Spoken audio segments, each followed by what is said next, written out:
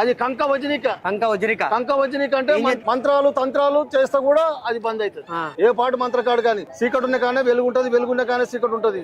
ఎంతో మంది మంత్రకాలు చేసినా కూడా అది బుస్ అయిపోతుంది. మరి ఇంతకు ముందు అదే ఒంటె ఉచ్చ గబ్బిలంపి ఏదో చెప్పినావు కదా, అది గబ్బిలంపి ఒంటె కంటే అది భార్య భర్తలు కొట్లాటలు ఉంటాయి. అది ఒకసారి చెప్పు. బుస్సున పోతుంటారు చూసినావా, జాముకు జంక పోతుంటారు. అసం ఉంటే దానికి కల్పనీకి అవన్నీ కలిపి ఇస్తాం. అది మరుగు మాతంగి, అత్తపత్త, పిల్లెడుగు, గబ్బిలంపియ కలిపి మరుగు మందు తయారు చేసి ఇస్తుంటాం.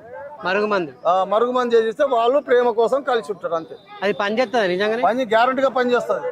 అది ఇప్పటి సంది కాదు, పాతప్పుడు అల్లిరాణి కానుంచే ఉంది. అది అల్లిరాణిని మలుపుకునేదే దానికి మరుగు మందు చేసి. ఏమేం కలుపుతారు అలా 3 రకాలు 4 రకాలు కలుపుతాం. ఏంటి?